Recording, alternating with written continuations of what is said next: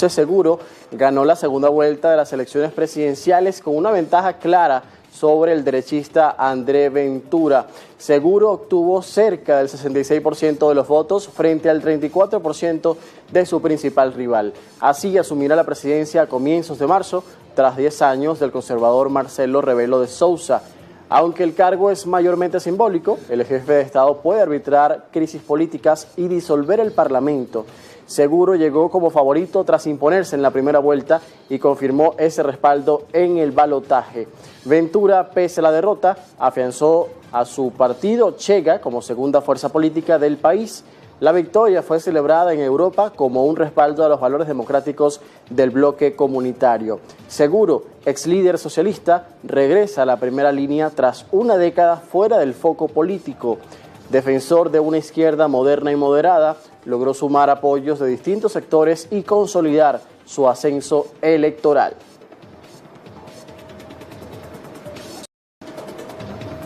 Y vamos ahora al extremo asiático porque la primera ministra de Japón, Sanae Takaichi, se perfila a una victoria contundente en las elecciones anticipadas.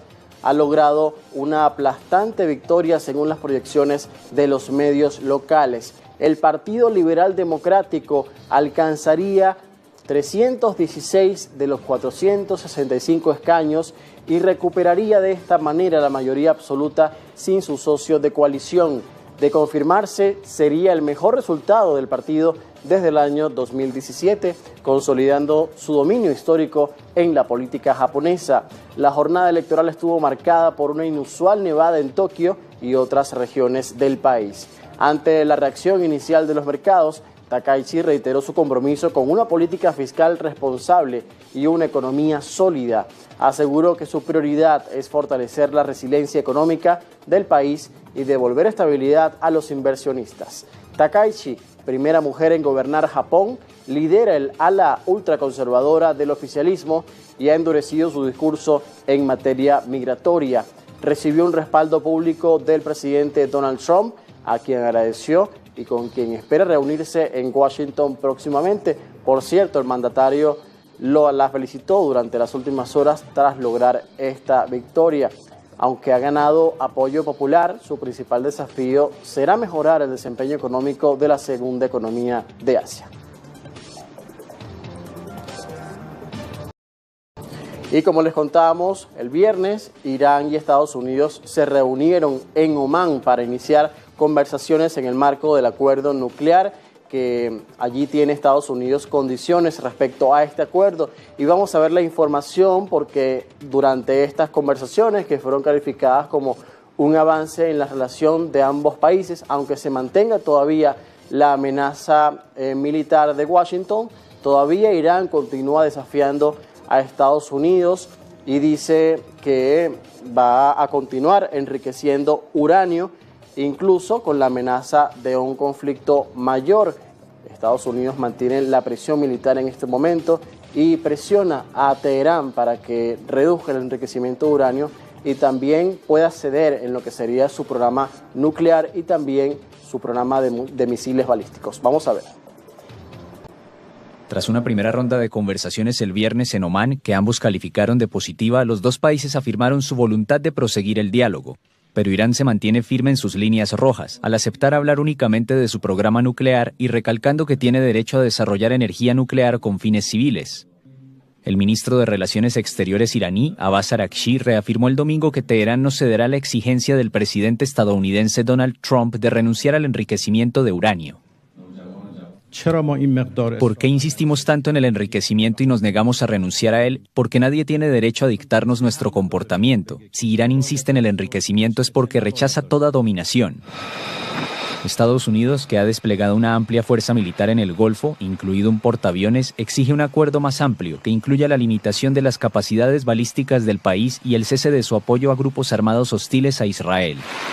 En caso de ataque, Irán advirtió que apuntaría a las bases estadounidenses en la región y podría bloquear el estrecho de Hormuz, punto de tránsito clave para el suministro energético mundial. Los países occidentales e Israel acusan a Irán de intentar dotarse de armas nucleares, algo que Teherán niega. Araghchi indicó sin dar más detalles que Teherán podría considerar una serie de medidas de confianza respecto al programa nuclear, a cambio del levantamiento de las sanciones internacionales que asfixian la economía iraní, pero luego declaró que Irán tiene dudas sobre la seriedad de Estados Unidos para entablar negociaciones reales durante una rueda de prensa. La imposición de nuevas sanciones y acciones militares genera dudas sobre la seriedad y la disposición de la otra parte para llevar a cabo negociaciones genuinas. Estamos siguiendo de cerca la situación, evaluando todas las señales y decidiremos si continuar las negociaciones. Más tarde, el canciller iraní declaró que su país está en consultas con socios estratégicos, China y Rusia, sobre las negociaciones. El primer ministro israelí, Benjamin Netanyahu, viajará el miércoles a Washington para pedirle a Trump firmeza con Irán. El principal rival de Irán, Israel, se prepara para esta reunión con Trump esta semana.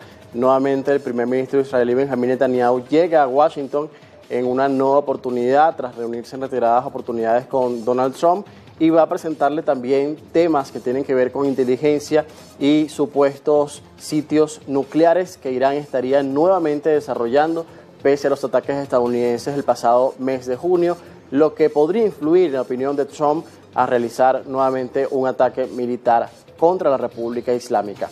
Pero seguimos hablando de Irán porque un tribunal revolucionario condenó a la Premio Nobel de la Paz, Narges Mohammadi, a 7 años y medio de prisión por cargos de conspiración y propaganda contra el sistema actual. La sentencia suma 6 años por colusión, 1 año y medio por actividades propagandísticas y una sanción adicional que le prohíbe salir del país por 2 años. Es la 10ª condena dictada contra el activista desde el año 2021. Su abogado informó que Mohammadi fue llevada a una audiencia en el Tribunal Revolucionario de Mashhad y que allí se emitió el fallo en su contra. También alertó sobre su delicado estado de salud. La defensa sostiene que por sus condiciones médicas debería recibir libertad temporal para continuar tratamiento especializado.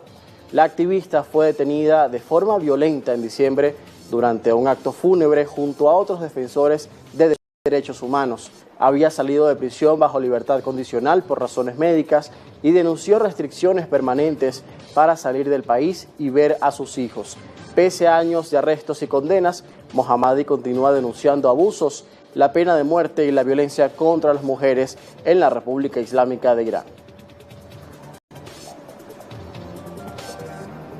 Y seguimos hablando del Medio Oriente, pero esta vez nos vamos a dirigir hacia lo que sucede en torno al conflicto en Gaza y esta etapa del acuerdo de alto el fuego que se logró el año pasado entre Israel y Hamas con la mediación de Estados Unidos y varios países árabes y musulmanes. Un dirigente de Hamas, Khalid Meshal exactamente, afirmó este domingo que el movimiento islamista palestino no renunciará a sus armas y rechazará cualquier dominio extranjero en la Franja de Gaza, pese a los pedidos de desarme de Israel y Estados Unidos. Vamos a ver. Meshal declaró en una conferencia en Doha que el armamento de Hamas es parte integrante de la resistencia contra Israel en los territorios palestinos. Mientras haya ocupación, habrá resistencia. La resistencia es un derecho de los pueblos bajo ocupación y forma parte del derecho internacional, de las leyes divinas y de la memoria histórica de las naciones, algo de lo que las naciones se enorgullecen. Tras el cese el fuego del 10 de octubre, el plan del presidente estadounidense Donald Trump para poner fin definitivamente a la guerra entre Israel y Hamas entró a mediados de enero en su segunda fase, que prevé el desarme del movimiento y la retirada progresiva del ejército israelí de Gaza. Pero Hamas, que dirige el territorio desde 2007, hace de su desarme una línea roja, aunque sin descartar que entregue sus armas a una futura autoridad en manos de palestinos. Según responsables israelíes, el movimiento islamista dispone aún de 20.000 combatientes y decenas de miles de armas en Gaza. El gobierno del territorio debe ser confiado en una fase transitoria a un comité de 15 tecnócratas palestinos, bajo la autoridad de la llamada Junta de Paz, presidida por Trump. Meshal llamó el domingo a la Junta de Paz a adoptar una visión equilibrada que facilite la reconstrucción de Gaza y el flujo de ayuda humanitaria, al mismo tiempo que advirtió que jamás no aceptará una dominación extranjera. Y el gobierno de Israel aprobó dejar sin efecto una ley jordana que impedía a personas no árabes comprar tierras en Cisjordania. La norma había limitado históricamente la adquisición de propiedades por parte de israelíes en territorio palestino. La decisión fue avalada por el Gabinete Político y de Seguridad del Ejecutivo de Benjamin Netanyahu. Los ministros de Finanzas y Defensa confirmaron la medida y defendieron que busca reforzar la presencia israelí en la zona. El titular de Finanzas afirmó que el objetivo es consolidar el control territorial y cerrar el camino a un Estado palestino. La ley anulada data de 1953, cuando Jordania administraba Cisjordania y restringía la compra directa de tierras privadas. Su eliminación forma parte de un paquete de decisiones para ampliar las competencias israelíes en áreas bajo control palestino. Cisjordania permanece dividida en zonas con distintos niveles de control civil y de seguridad entre Israel y la autoridad palestina que gobierna esa parte del territorio. Y miles de personas se congregaron junto a la mezquita chiita de Islamabad, atacada por los yihadistas del grupo Estado Islámico, para despedir a varias de las 31 víctimas mortales. Este es el mayor ataque ocurrido en la capital pakistaní en casi 2 décadas. Las autoridades informaron que el presunto atacante era originario de Peshawar, en el noroeste del país. Familiares directos del sospechoso fueron detenidos como parte de la investigación en curso. El primer ministro prometió que los responsables serán localizados y llevados ante la justicia. La ONU condenó el atentado y subrayó que atacar civiles y lugares de culto es inaceptable. Islamabad no vivía un episodio de esta magnitud desde 2008, cuando un atentado suicida dejó decenas de muertos en un hotel de lujo. Pakistán es mayormente sunita, aunque entre el 10 y el 15% de su población es musulmana chiita, comunidad que ha sido blanco de ataques en el pasado. Y vamos ahora a revisar lo que sucede en el marco del conflicto en Europa del Este. Estados Unidos quiere que el conflicto entre Rusia y Ucrania termine de aquí al mes de junio y propone albergar conversaciones entre ambas partes la próxima semana. Así lo indicó el presidente ucraniano Volodymyr Zelensky en el marco de lo que sería un conflicto que ya lleva 4 años, porque recordemos que este 24 de febrero se cumplen exactamente 4 años desde que Vladimir Putin ordenó la invasión del país vecino. Washington propuso por primera vez que los dos equipos negociadores de Ucrania y Rusia se reúnan en Estados Unidos, tal vez en Miami, dentro de una semana, detalló el mandatario ucraniano, tras las conversaciones celebradas el miércoles y jueves en Abu Dhabi entre Moscú y Kiev, junto con representantes estadounidenses. Ucrania dio su acuerdo para este nuevo encuentro, precisó Zelensky, recordando que su país no aceptaría acuerdos concluidos entre Estados Unidos y Rusia sin la participación de Kiev, en particular respecto a las delicadas cuestiones territoriales. Rusia, que lanzó su ejército a la ofensiva contra Ucrania en 2022, ocupa alrededor del 20% del territorio ucraniano y presiona para obtener el control total de la región de Donetsk, en el este del país, amenazando con tomarla por la fuerza si las negociaciones fracasan. Moscú exige también la retirada de las fuerzas ucranianas de las partes de ese territorio que aún controlan, exigencia inaceptable para Ucrania que considera que ceder terreno alentaría a Rusia.